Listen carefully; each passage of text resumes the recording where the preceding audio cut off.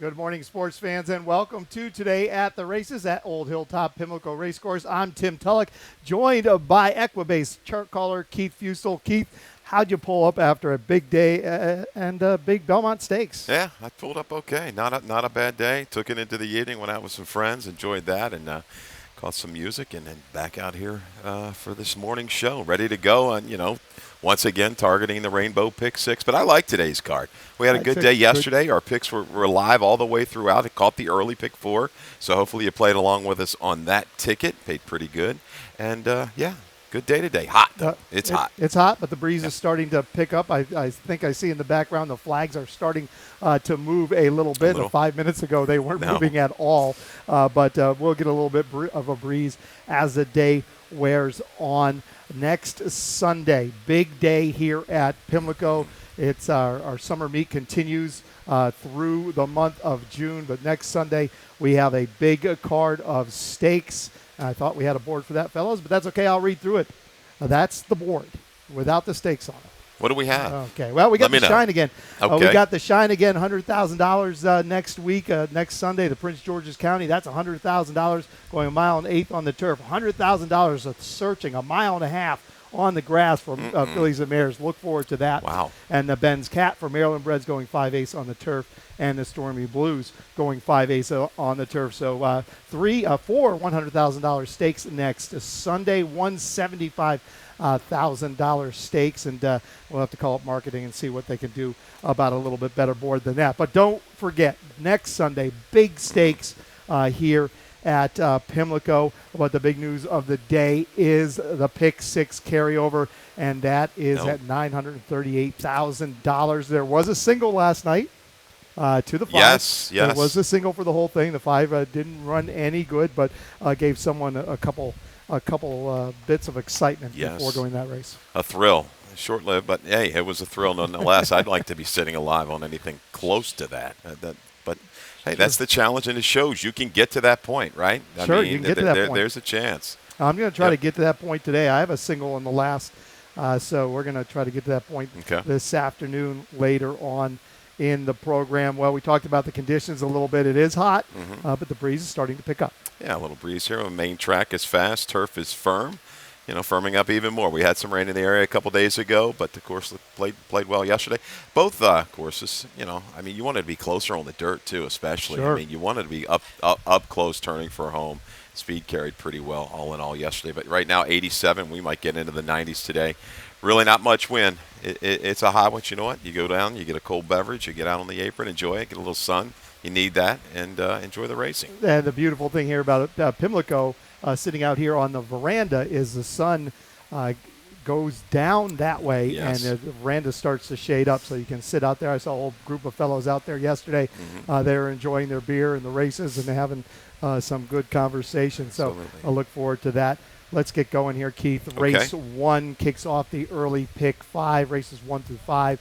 50-cent minimum, 12% industry low takeout, mandatory payout on the early pick 5. And it was well played yesterday. There was over 30,000 Yeah. in the pool on the early pick 5 yesterday, and I would expect the same today. I think we'll draw a little bit more of attention here this afternoon. Absolutely. With the carryover in the Rainbow Pick Yep. 6. The Belmont Stakes is behind us, and we should take a little bit more action today. I agree. Hamill's still been Very very good. solid, very solid here at the Pimlico meet.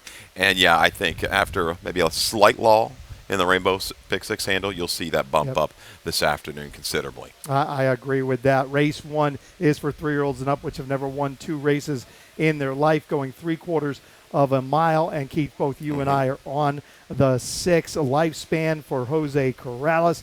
We have a video of this one from his race from May 28th. And J.D. Acosta, who wrote 1-2 yesterday, gets the call. Yeah, he stalked the pace here, 3 and 4 wide. A little battle developed here from the top of the lane. I believe that was a Trombetta firster, right? Cranston's Network. Big horse, like down to the inside. Lifespan's going to engage here, and he's on the left lead, and he keeps going and going and going. The battle continues to the wire. And after this race, I don't even think JD thought he won. Right. But it was an absolute miracle bob at the wire. We're going to watch it. It goes over, gets back to that correct lead. Look at this. You want to talk about just getting the perfect bob. There it was. But Lifespan's going in the right direction, tactical speed. Obviously, New Frontier is going to take a lot of play in here. I've got lined at 4 to 5, a major drop in class. Could be the speed of the speed. He's just chasing really fast horses. His numbers really haven't declined. No. He just kind of drops into the right spot. So if he can kind of pop with that lower 60 number, he's going to be right in the thick of it. And he's certainly going to be up near the front with this group today, if not on the lead. Yeah, no doubt about that. As you mentioned, his numbers, the New Frontier, haven't declined. Gets back into the ratio to Paz Barn, where he was running quite well. And really, he kept his form up. Just the race is a little bit too tough getting that drop. New Frontier today, the 5 Miami Steve. Look, there's 2 guys from Delaware Park that you always need to be careful of. One is Anthony Pecoraro. The other is Andy Simoff. This is a crafty guy, winning at 33%, coming off a break where he's at 25%. Going to have to do better by the numbers, but 2 and 3 back, they were decent efforts at Delaware Park. Gets Charlie Marquez, who won 3 yesterday. And I might note that the rider of the 4, Zip the Lip, Xavier Perez, is 1 win away from 1,000 career wins, a big milestone for Xavier. So he might get that done in the first race today. We see the first quite the same as we move to race 2. Race 2 kicks off the Super High 5 every race with 7 or more runners. Super High 5 wagering is available. It also kicks off the early pick 4. And Keith, you've got a ticket for us, and you had a winner yesterday. Yeah, we had a winner yesterday. Pretty good little hit. Let's try to do it with a cheap ticket today. $10 ticket yesterday, I think, was $32. So you should have that if you follow it along. 4 deep to get you started. 1, 2, 3, 9. Price play is going to be here. The 3 Digital Dream. Take out that main track only. Golden Lassie in race number 2. Single here in race number 3 with the 4. Dilly Dilly Philly definitely gets an assist with the scratch of the weekend. Was going to be a pace factor. Stay out. Will she show up with the speed? She's shown it in the past. Breaks. Yeah, last time, no, not so much. But Dilly Dilly Philly, I don't even think she needs to lead. She's just rolling right now for this new barn. Race 4. Here's your spread: 2, 3, 5, 6, 8. Not really in love with anybody in race 4. And back to a single with the 10 T in China. Back to the right spot, back to the right surface here for Robbie Bales, who's had lots of live horses here the last few days. Certainly has. The one first time out on the grass yesterday, getting out, and then came with a big run. Yeah, one to watch, no doubt. One to watch there yesterday here at Pimlico. Race 2 is for maidens, $25,000 claiming price. Fillies and mares, 3, 4, and 5-year-olds, going a mile and a 16th on the turf course, and your top pick is the 3 Digital Dream. I like this one. Also, coming out of a sprint race on the turf, and you have a nice stat for Mike Trombetta. Yeah, and I guess I got this horse lined a little too high at 12, so maybe we'll take 6-1 on it. We'll see. Number not great, but the drop here was protected in debut, not today, in for 25. Here's a little move for Trombetta. Last 3 years on the turf, 5 for 22, 23%. 9 for 22 in the money with maidens going sprint to route on the grass. ROI is a good one, 415. A little bit more of a sprint lean when I dug through the pedigree down on that bottom side. So there's a little turf in here. Lemon Drop kids, they can handle. This horse had a okay break, was unruly in the gate pre-race, and was acting up. Flashed a little speed, drafted back way too far. Got going late on the far outside, a little belated run for Digital Dream. I'm just looking for a little shot at a price because the 2 I think is going to be a major player along with the 9, but the 2 looks like the speed, Tim. 2 looks like the speed down toward the inside, but Digital Dream, that was a useful race. I mean, as you mentioned, well outrun. Hopefully minds her manners a little bit more at the gate today. I have the 9 Boom Boom Girl on top for John Service. This one's dropping second off a break this afternoon and gets back to the turf course where on the way back last October and into 2019, this is a filly who's put together a few decent turf races. Yeah, Service doesn't win a lot on the turf. I mean, but this filly right here at this spot works for me in the money, I believe. Good on paper. You go back on the page. That horse has run a 76 recently out at Santa Anita Park. Pilot episode out of that same race back in September. That was a Shug McGahee horse that was okay. I think eventually broke the maiden on the main track. But Boom Boom Girl works. No down days, though. The one to target. You see the short comment, sharp last time. We always come back with those horses. Found an interesting stat, which is crazy. As good as Jeremiah O'Dwyer is doing, and he is rocking and rolling of late. I think he's like 6 for 14 recently at the meet. He's only 1 for 27 with maiden claimers on the turf in the last couple of years. That's crazy. 4 for 27 in the money. That stat kind of got me off him as a win candidate, but listen, would not surprise me if this horse wins today. She's got the right kind of style. Has a full sister that was good on the turf. And look how the improvement she made stretching out for the first time in her last start on the grass. That was a major improvement and a big race for no down days. 3-2 for Keith, 9-3 for myself as we move to race 3. Race 3 kicks off the Rainbow Pick 6 this afternoon. Big carryover, $938,000 is the carryover. I have a ticket, and it's a $72 play, and I go 3 deep in race 3 using the 3, 4, and the 6. Race 4, 3 deep there. Again, the 2, 3, and the 6. The 2, Rock and Ron, 6-1, my top pick in that heat. Race 5, I spread a little bit using the 1, 5, 7, and 10, but I like the 5 square penny for Jeremiah O'Dwyer on top. Another maiden for Jeremiah O'Dwyer going short on the turf this time. Race 6, you take out a few horses here. You take out the 1, which was part of the entry, the 3, the 6, and the 7. This is a very, very competitive race. I went all here. I just hit the all button. I took my 5 horses in race 6, a very competitive first-level allowance race going aground here at Pimlico. Race 7, I start to pare down again. I use the 1, Baptize the Boy, who's my best bet of the day, and the 2, Artistic Reason, coming back off a layoff for Grand Motion. And then I single on my price play of the day. The 2 makes most sense for Pat News, Javion Toledo. Second off the layoff, good return. I expect a little bit better today. I want to be the single here when we get to race 8, so that's where I'm going to go, and maybe I get a little excitement at the end of the day. Big carryover, $983,000 to get the Rainbow Pick 6 kicked off in race 3 is for fillies and mares 3 and up, which have started for $16,000 or less in their last 3 starts, or claiming price $25,000. We're going to start with your top pick, the 4 Dilly Dilly filly, back-to-back life best since the claim. By the numbers, she should win. Yeah, she gets an assist, as we talked about, with the scratch of the weekend, who she handled up at Parks. Major improvement. She can go short, she can go long. Really big effort last time. He's 23% is Daniel Velasquez off of a top number.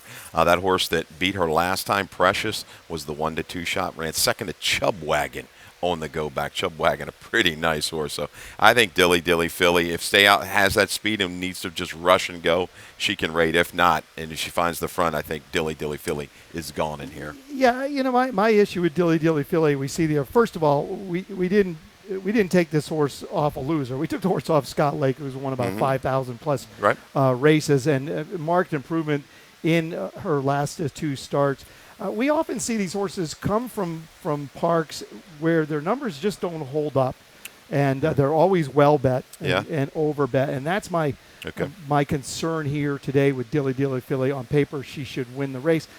And also, really, with the latest shakeups honestly, with the latest shakeups up there at Parks, it's going to be interesting to see if some of these guys can keep these winning percentages rolling. So I'm going to take a little bit of stand against Dilly Dilly Philly. I'm going to take Annika Gold. I would have really liked if Weekend had stayed in the race. That would ensure some pace up there. I'm counting on staying out on the outside, getting away today, putting a little pressure on Dilly Dilly Philly, and it might set up perfectly for Annika Gold. First time off the claim for Mike Gorham. We saw him win with Gins and Tins. First time off the claim yesterday. He's rolling right along with that maneuver. So I'm going to go with Annika Gold here coming from off the base. Yep, I definitely think she can, it's a shorter field, complete the exacta. She's going to need help. The weekend staying in would have helped her chances. She's a definite trier. She's very consistent. She's going to find herself too far back in here. That's going to be the key. So maybe next time if they run her at 6. But I even would like her a little bit better at 7. But she's going to need some flow. But I tell you, she's been a good tough mare. She's been a tough mare, 11-time winner, earner of $360,000 as we move to race 4. Race 4 kicks off the late pick 5. And no carryover from yesterday, but always 50-cent minimum, 12% industry low takeout in the late pick 5. Race 4 is for 3-year-olds and up. Now where's the 2 Lifetime going 1 mile and an eighth on the main course. I love seeing these races starting to stretch out. It's good to see. The racing office has done a good job getting these races to fill and then go with stretching out to 1 mile and an eighth. And Keith, you have the 3 Bobby 2 times for Damon Del Dovico, stretching out second off of a break, but should be able to handle the distance. The drop, I think, is going to put this horse maybe at favorite against this group. Going to have to improve a little bit off the most recent efforts. Looking at the breeding, I think the horse is going to be fine going around a ground. This is going to get this horse a little bit closer. Showed a lot of promise in debut, just hasn't lived up to that race. A little bit of a desperation move right here. But Damon, it's not a move he makes a lot. He is 3 for 6 and 5 for 6 in the money the last 3 years on the dirt, doing this kind of drop, a 50% or more drop with an ROI of 303. So Bobby 2 times, I think he can stalk and pounce in here. And you don't always put a lot of stock in weight, but getting very late, 109 pounds, if the jockey can do the weight. And if he does the weight, 109 pounds, but over 1 mile and an eighth, that could go a long way, that 109 pounds. Best races have been on the slop. No doubt. Best races have been on the slop, and going to have to move forward. I have the 2 Rock and Ron on top, 6-1 on the line. Third off a break today, coming off a life best in his last race, and I expect a little bit of improvement today. Going to have to get away from the fence a little bit. It doesn't always get away the best. A lot of horses in that race jumped up and ran bigger numbers. Just don't know why. Maybe like you say, they were drugged to a number. Lost My Voucher, came back and ran okay, and you got a little trouble out of the gate, had to be used pretty hard early, but Rock and Ron did ride the best part of the racetrack on May 21st. I'll throw supporting actors. Horse was put up via DQ, ran pretty well, all things considered. That was a really jam up at the break, and was willing. Attract Sheldon Russell. That's the key for me. I'll go 3-5-8-2 Military Commander. Had that one lined bad last time. Made me look like a fool right to the front. And absolutely galloped. Got away with slow fractions. He might try to walk the dog again. It happens from time to time. You're forgiven. We need to take a little break right now. Okay. When we come back, we'll talk about the second half of our card. And they're off. Second in the 2-path. Ground on her inside. Race.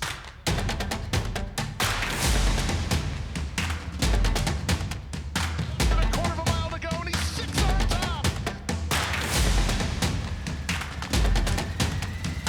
It's last of the 12 as they roll into the backstretch.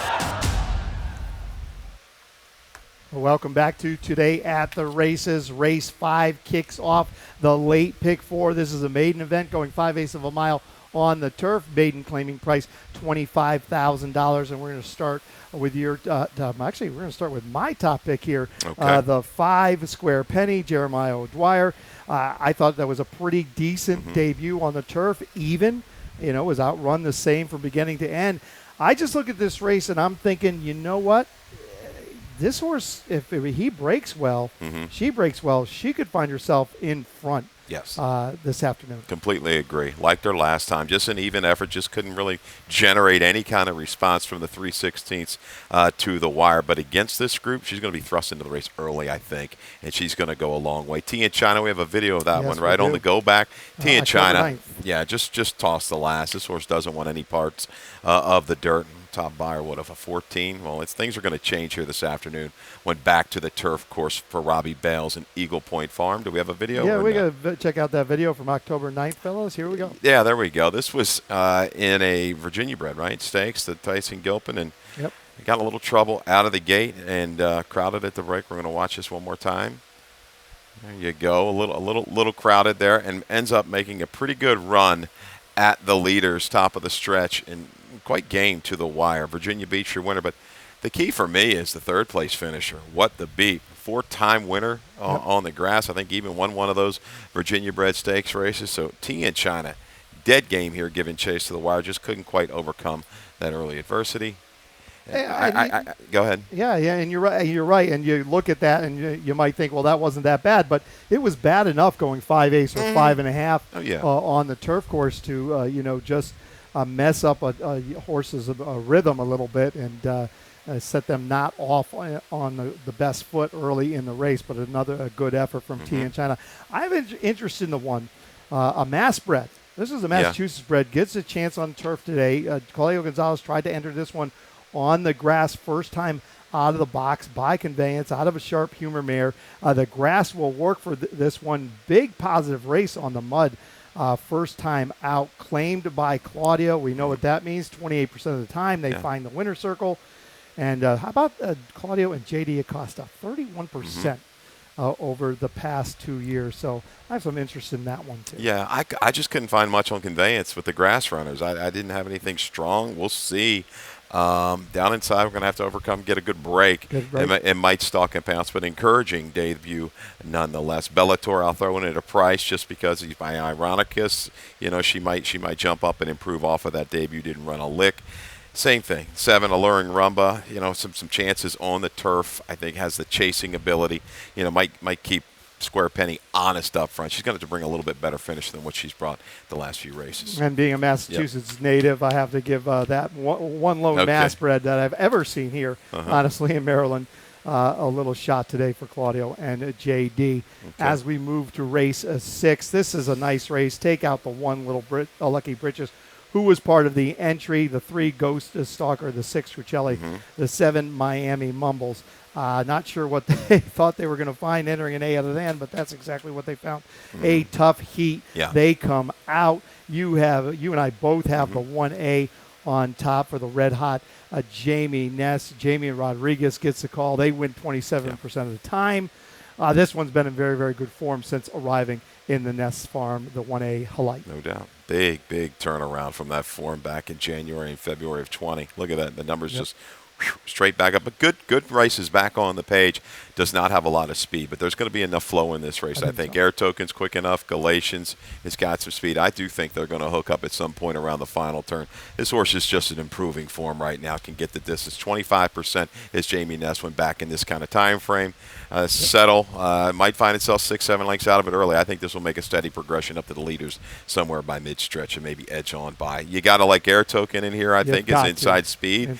Back quickly. Is eligible. I was wondering why this horse was eligible. Was DQ'd out of that concern stakes. We've got to get that in there for you guys. That's what allowed him to get in this race. But Air Token, I'll just throw out the race at Delaware. And Galatians is fine. These two have matched up before, very close at the wire a couple of races back on Galatians' page. So there's my top 1A. I just think it's going to get enough set up here in the way this barn, the jockey combination, everything strong enough for me.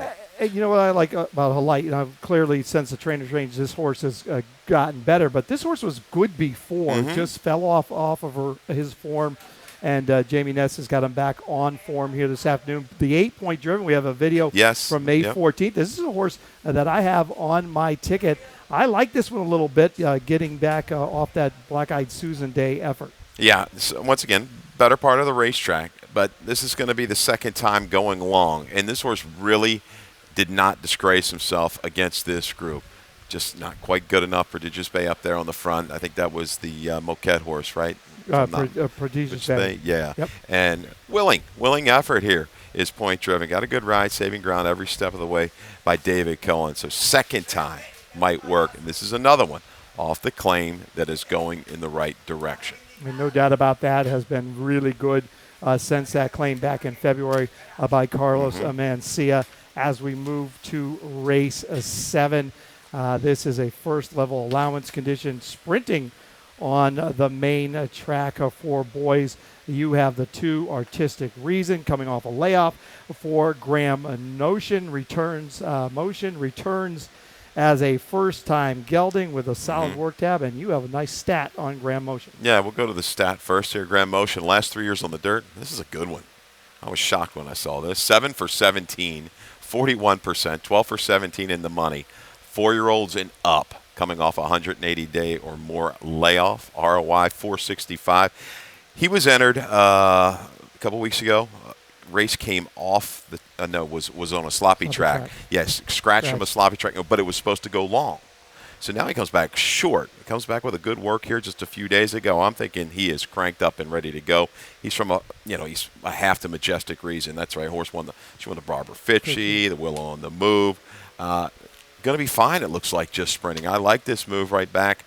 I think they're thinking he's ready to rock and roll and get the shorter distance. He's going to be sharp enough to stay in touch and edge on by. That's another strong stat, though. Absolutely good stat. And, your stats are always very, very useful. No doubt about that. I have the 1 Baptize the Boy on top. This is my best bet of the day. I think he redeems himself today. He ran on Preakness Day, out-of-town rider that day. He gets back here this afternoon with John Geraldo. He has the races on his form that are good enough. I just think he shows back up today.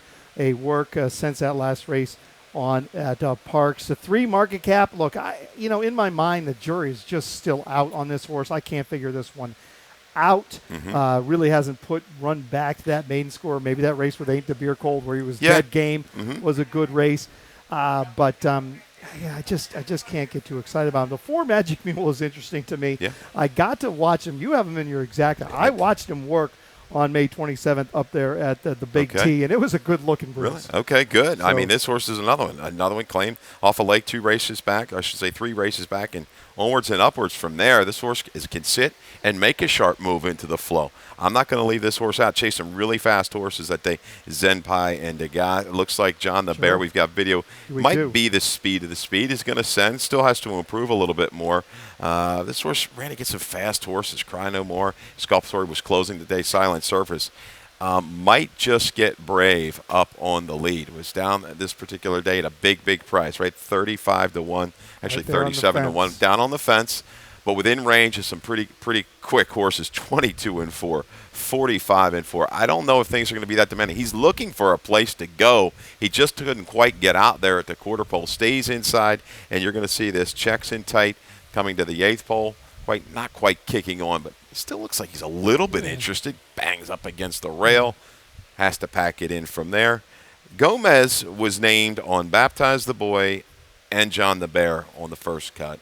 He stays with John the Bear. Interesting. And got lucky there.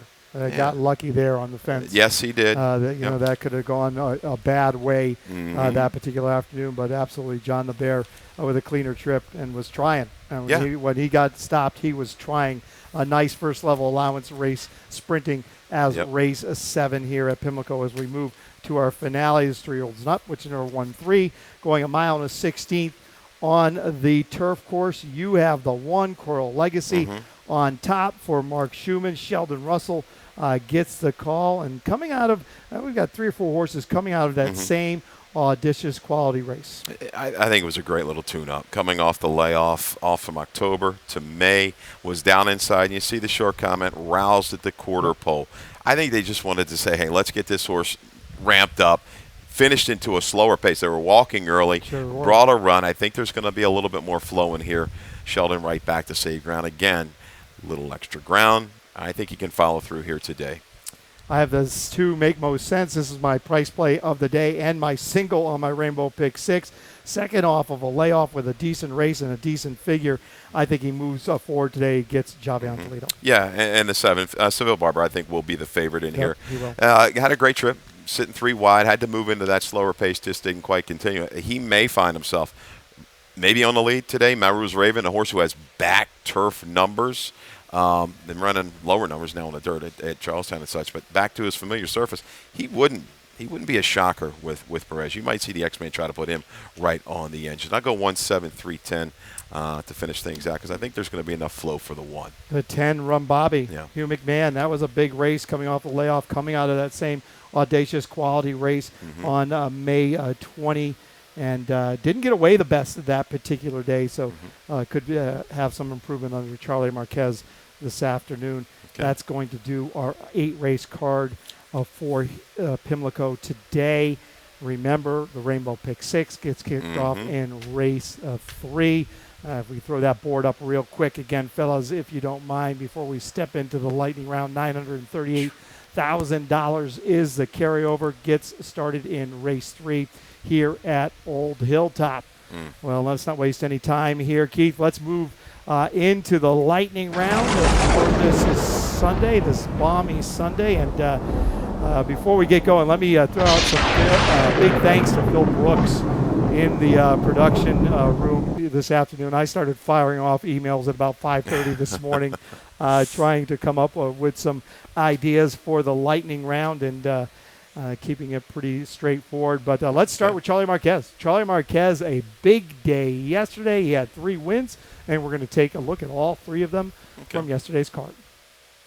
Gins and Tins and Charlie Marquez, they're grabbing the lead now. And then it's Gins and Tins from By the Seashore second and Sugar Daddy crossing the line third and Hide the Ransom finishing fourth. America's Woman and Charlie Marquez for a double, ridden out and rolling home 2.5 in front from Broadway Trooper, written by the Stars. Ortinola not by yet.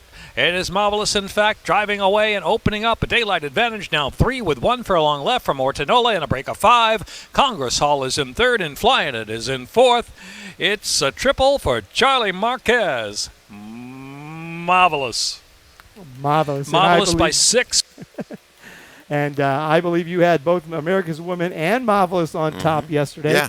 But what I was really impressed with yesterday, the ride he gave Gins and Tins, because at the top of the stretch, he just kind of had to sit and knew to be patient. And then once he got that one out in the clear, Was patient, let things develop. He got the horse out in the clear and fired home. That was a video spotlight horse we had, right? Gins and Tins early on the early show. So yeah, we followed through pretty good yesterday. Marvelous, great ride. Popped right to the front. It was quickly clear. Got this horse to relax. Took a little pressure. Improved with the blinkers on and the stretch out. That was a good number for that one. A 67 buyer for Marvelous. And how about Dave Robin with the calls every He's the day, best. day in and day out? The Rod Dog. He's the best. He's the Absolutely. best. He is the best. I think I got. What you got? No, I thought I Oh, had there a it cicada is. on. Yeah, we do have a little cicada. We do have a cicada. He's gone There he now. is. There. There he is. Okay, We're the going proof. to name him Keith. No, okay. My kids name all the cicadas. He's All happy right. there. We're just going to leave him. Call him Jethro. That's right what they there. call me in the press box. You We'll call got him it. Jethro. Belmont Stakes was yesterday. It was an exciting race, and boy, essential quality. And Charlie. Hot Rod Charlie. Hot Rod Charlie. What a show they put on in the stretch. Let's hope this can continue, throughout, give these guys a few weeks to recover and get back at it with some of the stakes races. Essential Quality got in a really good spot, relaxed in the clear. Hot Rod Charlie did all the work. Took How all the about pressure from Rock Your World. Valiant effort in defeat.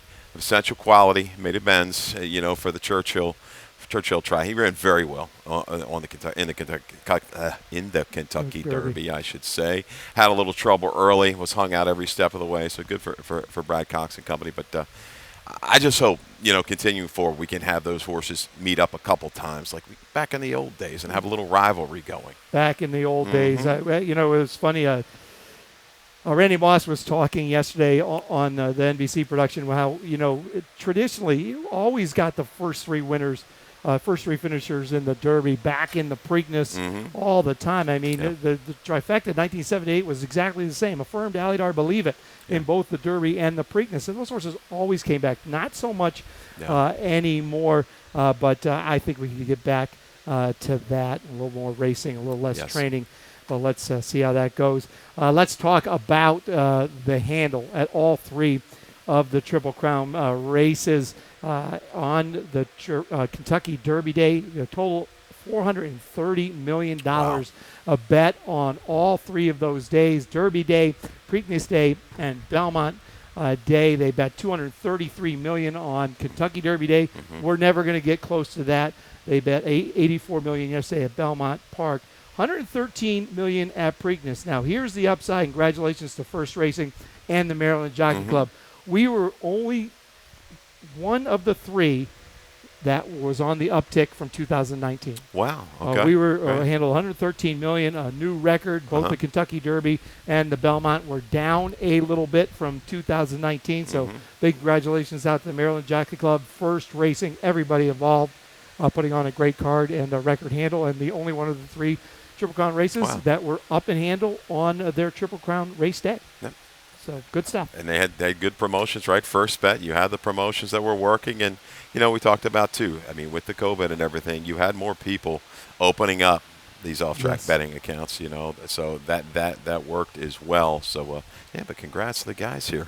Yeah, $430 million. We're still kicking, Keith. We're still going. We're still here. They haven't kicked us out yet. We're just barely hanging on here. You and I, the old vets.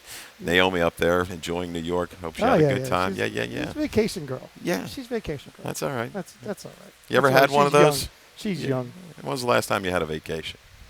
I mean, a really good vacation. It's been a while, but it's coming. You're not going to see me much in August. I can almost guarantee you that. Next week, we're going to talk about the handle here at Pimlico. That's another story for another day. We're doing very, very well, and we appreciate that from our fans. That's going to do it for us, Dave Rodman, up next with Scratches and Changes. All right, good luck.